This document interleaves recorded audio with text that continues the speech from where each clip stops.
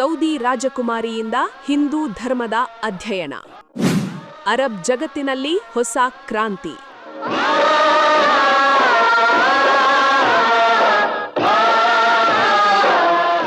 Saudi Arabia Islamic ಜಗತ್ತಿನ ಅತ್ಯಂತ ಪವಿತ್ರ ಕ್ಷೇತ್ರಗಳಾದ ಮೆಕ್ಕಾ, ಮದೀನಾಗಳನ್ನು ಹೊಂದಿರುವ ರಾಷ್ಟ್ರ.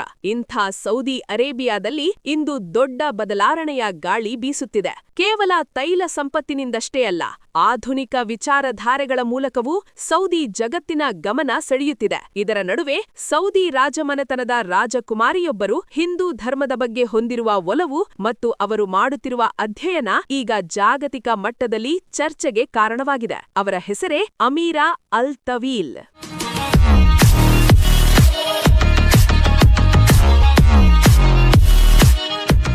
ಸೌದಿ ಅರೇಬಿಯಾದ ಅತ್ಯಂತ ಪ್ರಭಾವಶಾಲಿ ಮಹಿಳೆಯರಲ್ಲಿ ಒಬ್ಬರಾದ ಅಮೀರಾ ಅಲ್ ತವೀಲ್ ತಮ್ಮ ಪ್ರಗತಿಪರ ಆಲೋಚನೆಗಳಿಗೆ ಹೆಸರಾದವರು. ಅಮೆರಿಕಾದಲ್ಲಿ ವಿದ್ಯಾಭ್ಯಾಸ ಮುಗಿಸಿರುವ ಇವರು ಮಾನವ ಹಕ್ಕುಗಳ ಪರ ಧ್ವನಿ ಎತ್ತುವ ಸಾಮಾಜಿಕ ಹೋರಾಟಗಾರ್ತಿ. ಸೌದಿ ಸಮಾಜದಲ್ಲಿ ಬದಲಾವಣೆ ಬಯಸುವ ಅಮೀರಾ ಇತ್ತೀಚೆಗೆ ಭಾರತೀಯ ಸಂಸ್ಕೃತಿ ಮತ್ತು ಹಿಂದೂ ಧರ್ಮದ ಬಗ್ಗೆ ಮುಕ್ತವಾಗಿ ಮಾತನಾಡುತ್ತಿದ್ದಾರೆ. ಅಮೀರಾ ಅಲ್ ತವೀಲ್ ಅವರು ಹೇಳುವಂತೆ, ಭಾರತ ಕೇವಲ ಒಂದು ದೇಶವಲ್ಲ, ಅದು ಒಂದು ದೊಡ್ಡ ದರ್ಶನ ಅಥವಾ ಫಿಲಾಸಫಿ. ಇವರು ಹಿಂದೂ ಧರ್ಮದ ಅಹಿಂಸೆ, ಸಹಿಷ್ಣುತೆ ಮತ್ತು ಶಾಂತಿಯ ತತ್ವಗಳಿಂದ ಪ್ರಭಾವಿತರಾಗಿದ್ದಾರೆ. ರಾಜಕುಮಾರಿ ಅಮೀರಾ ಅವರು ಭಗವದ್ಗೀತೆ, ರಾಮಾಯಣ ಮತ್ತು ಮಹಾಭಾರತದಂತಹ ಪವಿತ್ರ ಗ್ರಂಥಗಳನ್ನು ಅಧ್ಯಯನ ಮಾಡುತ್ತಿದ್ದಾರೆ. ಹಿಂದೂ ಧರ್ಮವು ಕೇವಲ ಪೂಜೆ ಮಾಡುವ ಪದ್ಧತಿಯಲ್ಲ, ಅದು ಇಡೀ ಮಾನವ ಕುಲಕ್ಕೆ ಸೇರಿದ ಆರೋಗ್ಯದ ಹಾದಿ ಎಂಬುದು ಅವರ ಅಭಿಪ್ರಾಯ.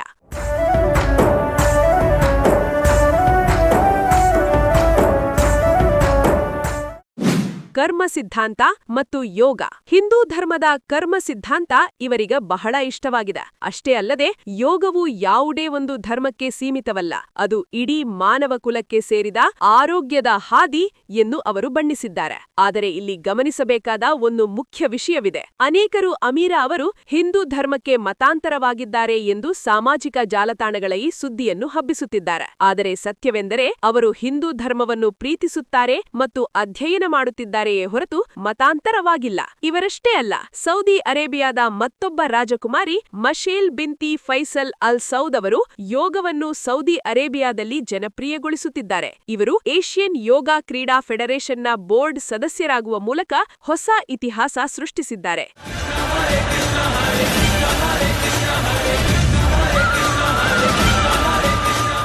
ಸೌದಿ ಅರೇಬಿಯಾದ ವಿಷನ್ 2030ರ ಭಾಗವಾಗಿ ಅಲ್ಲಿನ ರಾಜಮನೆತನದ ಮಹಿಳೆಯರು ಈ ರೀತಿ ತೆರೆದ ಮನಸ್ಸಿನಿಂದ ಬೇರೆ ಧರ್ಮಗಳ ಸಾರವನ್ನು ಸ್ವೀಕರಿಸುತ್ತಿರುವುದು ಜಾಗತಿಕ ಸಾಮರಸ್ಯಕ್ಕೆ ಸಾಕ್ಷಿಯಾಗಿದೆ. ಧರ್ಮವು ಜನರನ್ನು ಒಡೆಯುವ ಗೋಡೆಯಾಗಬಾರದು, ಬದಲಿಗೆ ಬೆಸೆಯುವ ಸೇತುವೆಯಾಗಬೇಕು ಎಂಬ ರಾಜಕುಮಾರಿ ಅಮೀರಾ ಅವರ ಮಾತು ಇಂದು ಎಲ್ಲರಿಗೂ ಮಾದರಿ.